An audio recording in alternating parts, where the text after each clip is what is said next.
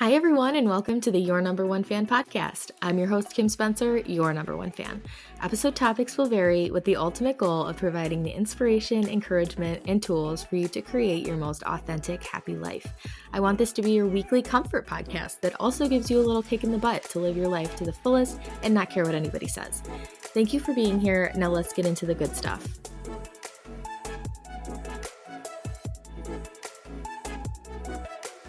Hi, everyone, and welcome back to the Your Number One Fan podcast. Today I have Sarah. She said to pronounce it like tortilla, so Gavilla. Gavilla. Okay, perfect. And so she's like so awesome. I think we connected over that app, and I always forget the name of it. What the heck was it? What was it? Clubhouse. Yes, yeah, Clubhouse. And Clubhouse was fun, but I never like talked to you like this. Like I can see you right now. So, and it was just really fun. Those were like the pre or during COVID days. So I think during COVID, right? So we talked about, all kinds of stuff. That was really cool because I feel like I was exposed to so many people and topics. So I am just excited to dive in because I think we have a lot in common as far as like what we do and our mindset, but also like you have a background that I am very not familiar with. So I'll kind of let you just go and introduce yourself and then we'll see where we go. But I think everybody listening can definitely feel inspired by your story and it'll just be a fun conversation. So go ahead. Hello. Well, thank you so much for the intro. My name is Sarah Gavilla, like tortilla, like she said. And I currently am a social media manager. So I spend a lot of time on Instagram, TikTok, all the things that a lot of us try to avoid. I'm on it 24/7. Yeah. And I was also previously a professional ballet dancer. So definitely had quite a bit of experience with like career change and having your identity be one thing and then all of a sudden overnight it just switches out of nowhere. I'm excited to talk about all of that stuff today and just kind of get into it. Amazing. So ballet, was that something that you were like introduced to as a very young kid and then something that you really liked, or how did you get into it? Everyone always asks if my parents put me in ballet, and obviously I was a child, so yes, they did. I was about 5 years old, but it wasn't necessarily their idea. It was more like, I guess I had a friend who was, wanting to take classes, and I was like, let me do this too. And I don't think they ever expected that I would get to the point that I ended up getting to. Like, doing it professionally. I think they just thought, oh, it's a cute hobby to put our toddler in. Yeah. But I took it a lot further than I think most people do. Yeah, which is amazing. I mean, I think a lot of people would like to and can't.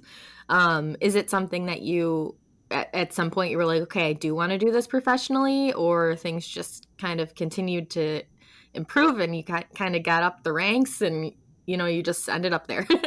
Yeah, no, when I was a kid, I was all in. I was like, I'm doing this forever. And actually, it was like one particular like professional tour that I ended up doing when I was 14. I danced with the Radio City Rockettes in their Christmas spectacular. Yeah. And that was like the pivotal moment where I was like, I want to do this. Like, I want to do this and I will do this and I'm going to make it happen. And I don't know. I always had that, like, I want to do this for the rest of my life. So even just the fact that I'm like not doing it now is really crazy to me. Yeah. I'm sure it feels some type of way. Like it's hard. I feel like I have nothing like that for myself, like something that I've always wanted to do. I just feel like I've had the same type of traits and like have always had that mentality that I can do what I want to do type thing too. But I always talk about like some people just grow up wanting to do the one thing and then they get there and we all kind of compare ourselves to that type of person who's like, I want to be a teacher, I want to be a nurse, and then they end up doing that. But I think you're a great testament to the fact that like that's great and you can do that and follow that dream through, but it doesn't have to be forever. And like feelings change, things come up. And what did you kind of learn being a ballerina? Like, I feel like there's got to be so many things because your identity is so rooted in probably how you look and like what you're capable of doing, like just putting so much stress and like trust in your body. I don't know how to explain it, but like I've had issues myself with like mental health, self-image. I think a lot of us have. And being a ballerina, I feel like is like next level. I don't know how comfortable you are talking about that, but like what kind of feelings came up about that and like at what age? Yeah, I think it's definitely something that a lot of ballet dancers go through is this stress and pressure when it comes to body image and when it comes to the way that you look, the way that you're dancing. You know, you're constantly staring at yourself in a mirror like all day, Right, like six right. hours, 7 hours, 8 hours a day, a lot of times. And that's really detrimental to like any child, let alone even like an adult. Like, you Yeah. know, so I think I was probably about like 16 years old when I started to really, really, really compare myself to the other girls in my class. Hmm. And even though I was always a very naturally thin person, like as a Hmm. child, like I Yeah. wouldn't, I would eat whatever the hell I wanted and Yeah. it wasn't a problem. Hmm. But I would get in my mind and just think that like, I just wasn't good enough and I didn't look good enough. And it was really hard, especially as a kid. My parents never really knew. I wouldn't tell them. And, Hmm. eventually they found out and it was like a whole Hmm. thing. And, you know, it's definitely hard. Like I can tell you that therapy helps. That Hmm. Yeah. was a big thing for me. But Yeah. yeah, it's something that a lot of dancers go through. And I wish that it wasn't like that. But unfortunately, a lot of dancers struggle with it too. Yeah, for sure. If you ended up having children, I don't know what your mindset is on that, but would you allow like your children to go into ballet and how would you kind of parent through that experience? This is like the hardest question for me because I Mhm. do want children Mhm. and I would love for them to experience dancing and experience ballet because I truly loved it and it was such a great time. I mean, there are so many Mhm. great memories that I had, Yeah. But at the same time, it's paired with this very difficult experience in my life as well. And so Mhm. I probably would let them do it. I mean, I wouldn't want to stop them from doing it, Mhm. but I certainly, and my parents were never like this, but I certainly would Mhm. never be a parent who like forces their kid to do it because there are Yeah. so many parents who do force their Ugh. children to be in something like ballet because it gives you the Yeah. discipline. And maybe they were Mhm. dancers who didn't make it and now they just want to push their kid to make it. That's really, really Mhm. hard.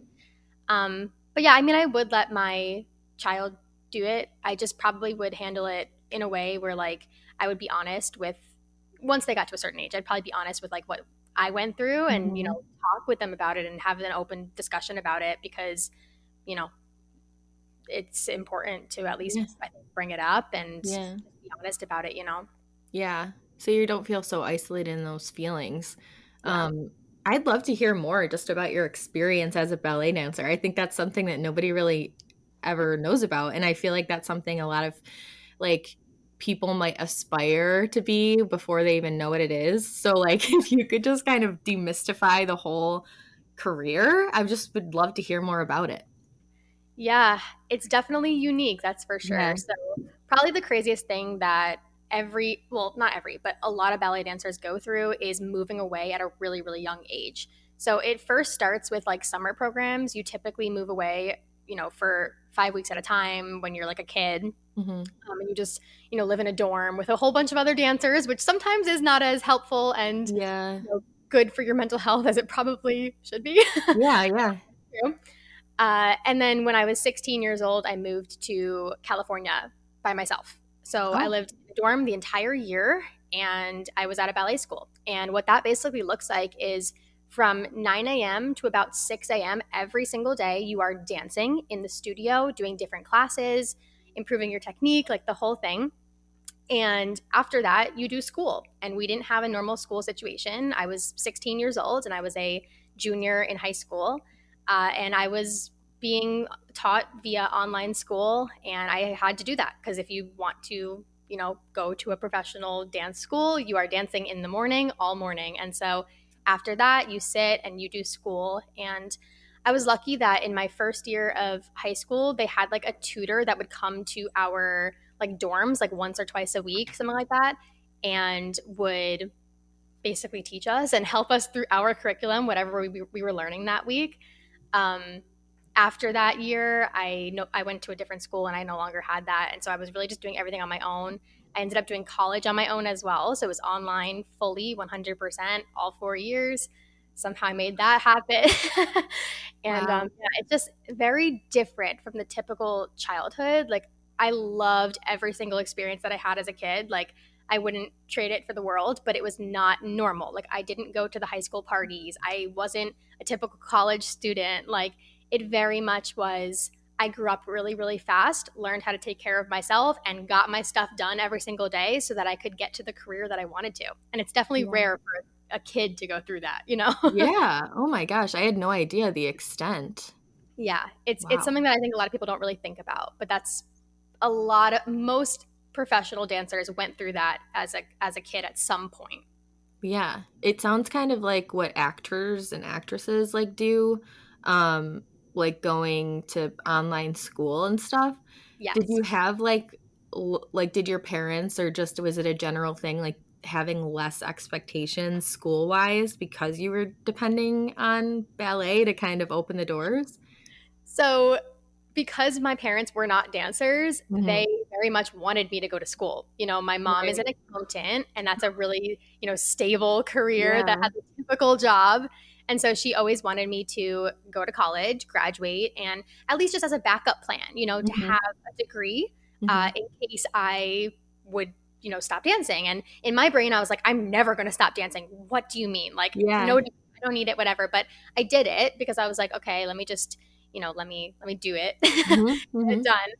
Um, and now that I'm no longer dancing, I don't regret it because I, my current career involves my degree. I got a degree in advertising, so it Oh, kind okay. of goes hand in hand, which is a whole other story. But um, yeah, I mean, there was like it wasn't like the expectations were less. I was always a good student, so I guess they didn't Mhm. really have to worry too much. But Mhm. yeah, they definitely still wanted me to do well in school. Yeah, yeah, that's good, and Definitely. that's definitely a good thing. I mean, what comes to my mind is, like, could there just be career-ending, like, injuries and just even just mentally, I feel like you might have to just stop. So, did that ever come to mind? Were you ever worried about that? I mean, I'm sure you were. I got injured multiple times Oh, during my ballet really? career. Multiple times. As a student, as a professional dancer, I was always getting injured. And a lot of it is because you're not taking care of your body and you're working hours a day. You're dancing hours and hours and hours a day, and you're not properly fueling yourself. At least a lot of dancers are not. And you're not taking proper breaks either. And so injuries are bound to happen. And so I got injured all the time. Uh, Career ending injuries are a thing. People can injure their back, they can Mm, tear something or whatever, and all of a sudden you have to take a year off or 2 years off or whatever, and a lot of dancers do end up stopping because of that. mhm, um, I personally did end around the same time that I got an injury. Whether it was like exactly correlated, I don't know, but I was mhm. kind of, the reason that I actually quit ballet was mainly because of, I just kind of was over it. Like, I really Oh, wasn't okay. happy anymore, and we can Yeah, kind of get into that more. yeah, But at the same time, I did sprain my ankle, so it was kind of like, okay, this is a good time to do it. yeah, I was like, okay, I'm over this now. yeah. Wow, I wouldn't have guessed that you were gonna say that. So, how old were you when you stopped? And yeah, tell us more about that. Yeah. So leading up to quitting ballet, it was during the lockdown. So, Mhm, ballet during the lockdown was weird because, the arts really were not prioritized at all during that time. mhm, Like, mhm. you know, it was like Yeah, the first thing to close down and the last thing to yeah, open back up. So, yeah. um, we were doing ballet class over Zoom, literally, which is very What? bizarre. Wow. Oh yeah, every day, same schedule, like 9 to 6. It was like a whole thing. At that time, I was dancing professionally, so for me, like, it wasn't quite like that. But as for the students, absolutely. And during the lockdown, I was also injured, so I had an injury and whatever. Right before that time happened, I did a couple of auditions and I managed to get a job. And the job was in Alabama, which is actually probably when you met me. I was living in Alabama when I was on Clubhouse all the time. Hmm. And I moved there for a year to dance, and I just really didn't love the city. It didn't feel like me. I mean, Alabama's pretty small, and I was used to living in LA, Miami, New York City, like all these big places. I was like, this is really just not me. And I started to realize that I just wasn't loving the situation. And at the same time, I started a business, and I was like, okay, I like doing this a lot. It was almost to the Mhm. like I was waiting for ballet to end, like my day to end, so that I could Mhm. and like work on my business. And Yeah.